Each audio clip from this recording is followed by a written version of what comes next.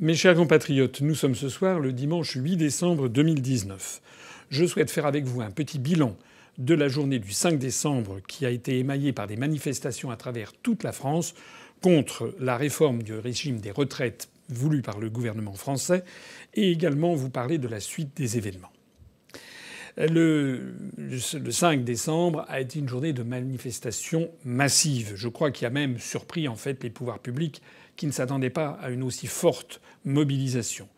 Moi, nous étions à l'UPR, nous avions organisé une manifestation à Paris et nous avions pu constater qu'il y avait un monde considérable. Il y avait au minimum 200-250 000 personnes.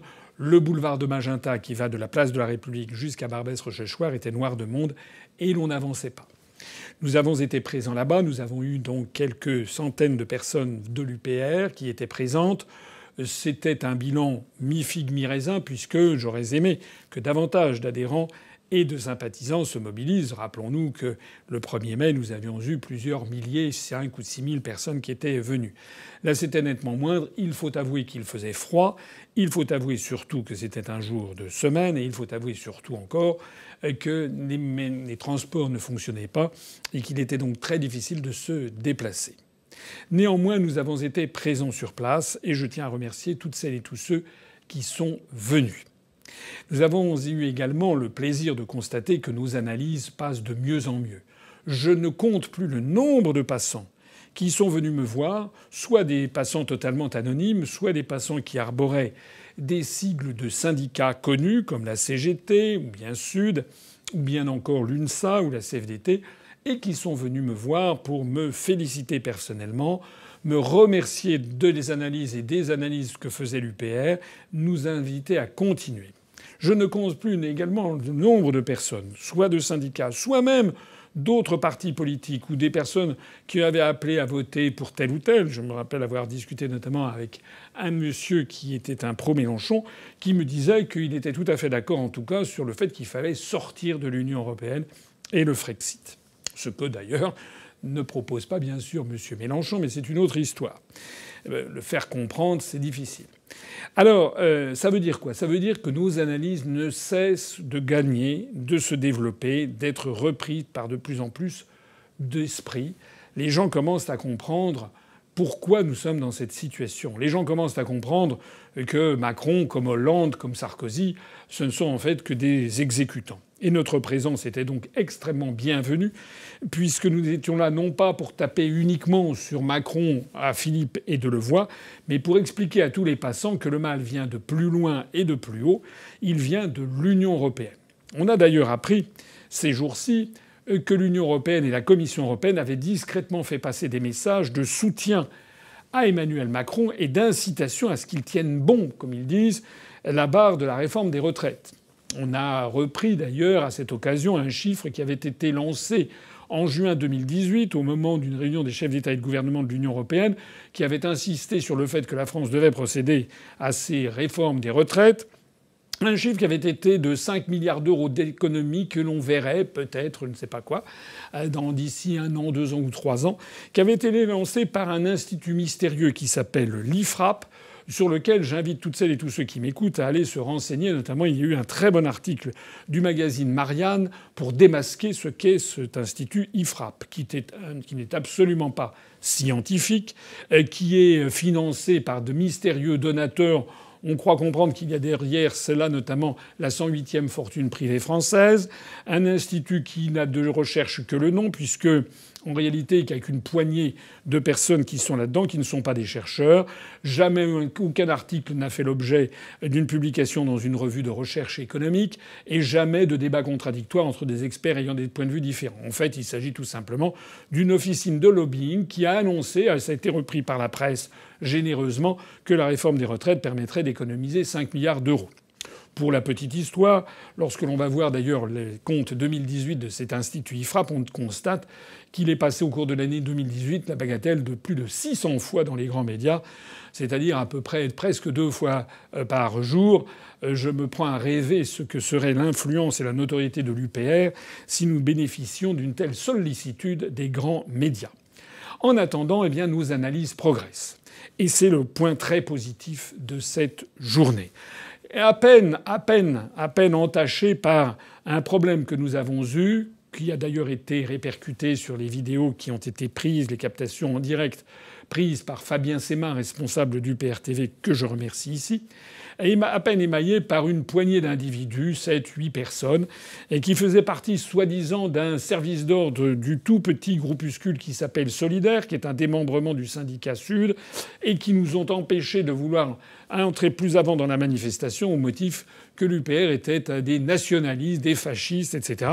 Et ils l'ont fait avec une violence latente et des menaces physiques qui faisaient quand même un petit peu froid dans le dos.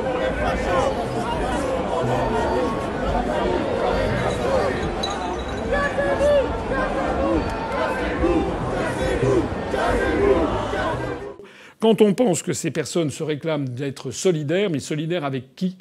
Dans la mesure où ils refusent absolument de comprendre nos analyses qu'ils ne connaissent d'ailleurs même pas.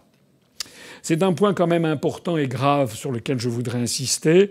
La situation se tend en France et il est inadmissible que lorsque l'on veut manifester, il y ait des petites officines qui soient chargées d'empêcher ceux qui disent la vérité aux Français.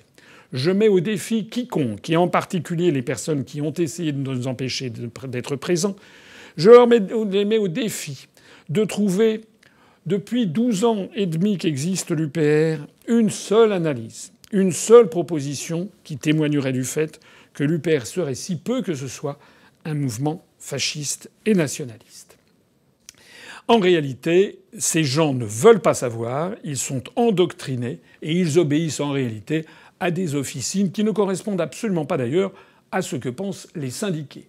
Il y avait un gouffre extraordinaire entre cette petite poignée de nervis et les syndiqués appartenant à des syndicats connus qui sont venus nous voir pour nous remercier de nos analyses et pour leur avoir ouvert les yeux. Vous faites quoi, vous ? Monsieur Asselineau. Moi, je suis CGT. Et moi, je vous montre toujours, mais ils vous ont coupé. Ils vous montrent que très peu à la télé. Bah oui, c'est pour ça qu'on passe. On est jamais dans la télé. Et vous avez raison de faire votre YouTube, là. Bah oui. Vous avez raison de faire votre YouTube parce que vous prenez, après on partage et tout. Et il faut continuer. Nous, les syndicats, les gilets jaunes, Et là, on est tous ensemble. Là. Il y a même la police. mais tout ça, ça forme un seul bloc, c'est le peuple. Oui, c'est divisé pour Le régner. peuple, on est en colère. Divisé C'est pour tout. régner. On est en colère. La police. On veut tout simplement l'abandon du projet. Oui, mais au-delà C'est de tout. ça, il faut que les Français, ce soit eux qui décident. Il y en a marre que ce soit la Banque Centrale Nous sommes dans la Européenne rue. qui nous dit. On est Nous dans la sommes rue, tous dans la rue. Nicolas. Descendez tous dans la rue. Voilà. Mais oui, on descend tous dans Tous la dans rue. la rue. Restez pas dans votre canapé. Exactement. Et- C'est Laurent qui vous le dit. Oh, c'est bon, je vous remercie. Et d'abord, Asselineau, c'est le meilleur. Il a tout compris, mais on l'empêche de parler. Et là, il faut se bouger, les gars. C'est pas en parlant là dans les cafés, tout ça. Il faut vraiment se bouger. Si vous avez aimé De Gaulle, vous aimerez Asselineau. En tous les cas, les gens dorment. Je suis fatigué. Il faut les réveiller. Ils se réveillent quand même. Mais la France, elle est en danger. Eh ben oui. On est en retard. Là, je sais. On est très en Mais retard. pourquoi on est là, nous ?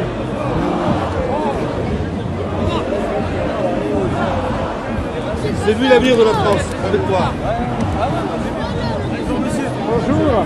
Sur internet, je trouve que c'est bien ce que Ah, vous faites. c'est bien, c'est gentil. C'est gentil. C'est très J'ai bien gentil. l'occasion de vous croiser. Comment ça va ? Réellement inquiété. Travail. Merci, c'est gentil. Merci beaucoup. Merci beaucoup, c'est gentil. Bon courage à vous, j'espère que vous allez vous représenter. Ah, bien sûr. Ah, c'est gentil. Ouais, les gens comprendront vraiment. Ils ouvriront les yeux. Bon courage en tout cas. Salut, ça va? Ça va, ça va, ça va. C'est bien, t'es dans les bonnes manifs. Ah bah oui, ça va. Gardez-le, c'est un mec bien. Je ne voudrais pas faire un bilan qui soit uniquement parisien. Je voudrais remercier toutes celles et tous ceux, tous les adhérents et sympathisants de l'UPR qui se sont mobilisés en province, où l'on a compté des panneaux, des pancartes UPR, pas seulement donc à Paris, pas seulement donc sur le boulevard de Magenta, mais également dans un certain nombre de villes. Je citerai notamment Albi, Arras, Aurillac, Belfort, Brest, Caen, Chambéry, Lille, Metz, Nancy, Nantes, Nice, Quimper, Rennes, Strasbourg, Cayenne en Guyane, Saint-Denis de la Réunion, et puis j'en oublie certainement encore. Là où il y avait quand même plusieurs dizaines, voire même plus d'une cinquantaine de manifestants selon les villes. Alors merci à toutes celles et à tous ceux qui se sont mobilisés. Maintenant, nous sommes donc le dimanche 8 décembre et il y a un nouvel appel à manifester mardi 10 décembre. Ça sera probablement à peu près à la même heure à Paris. Eh bien, nous allons y participer de nouveau. Je lance ici un appel à toutes celles et à tous ceux qui m'écoutent, qu'ils soient adhérents de l'UPR, qu'ils soient sympathisants, électeurs. Je les appelle à se mobiliser et à essayer de se mobiliser, bien sûr, avec nous, puisque nous sommes la seule force présente dans ces manifestations, à montrer aux passants et au public que la véritable origine, ça n'est pas Macron, ça n'est pas Hollande, ça n'est pas Sarkozy, ça n'est pas Édouard Philippe, ça n'est pas Delevoye. La véritable origine, c'est l'Union européenne, notre appartenance à l'euro. Je rappelle ici, et nous pouvons le rappeler, que la réforme des retraites n'est absolument pas indispensable, que c'est un véritable hold-up et un scandale sur les régimes spéciaux, avec des professions à la SNCF par exemple, ou bien les avocats, ou bien les kinésithérapeutes, etc., etc., toutes ces professions qui ont un régime spécial qui est certes peut-être parfois un peu plus favorable, mais qui est la contrepartie d'efforts qui ont été faits par les générations antérieures. On pointe du doigt les régimes de retraite, les régimes spéciaux à EDF, GDF ou bien à la SNCF. On oublie simplement de préciser que les rémunérations pendant la vie active des personnels d'EDF, GDF ou de la SNCF étaient inférieures à ce qu'elles étaient ailleurs. Donc c'est un scandale de dénoncer ces régimes spéciaux. C'est un scandale plus grand encore que de vouloir tout unifier avec le système des points, parce que tout le monde sait que le système des points, une fois qu'il serait appliqué à l'ensemble des salariés français, à l'ensemble des Français, sauf bien entendu aux anciens présidents de la République ou à telle ou telle catégorie de parlementaires, eh bien, une fois que ce système de points aurait été établi pour tous les salariés, eh bien, progressivement, il suffirait que le point fixé par l'État augmente moins vite que l'inflation pour progressivement, eh bien, spolier des dizaines de millions de retraités et de futurs retraités.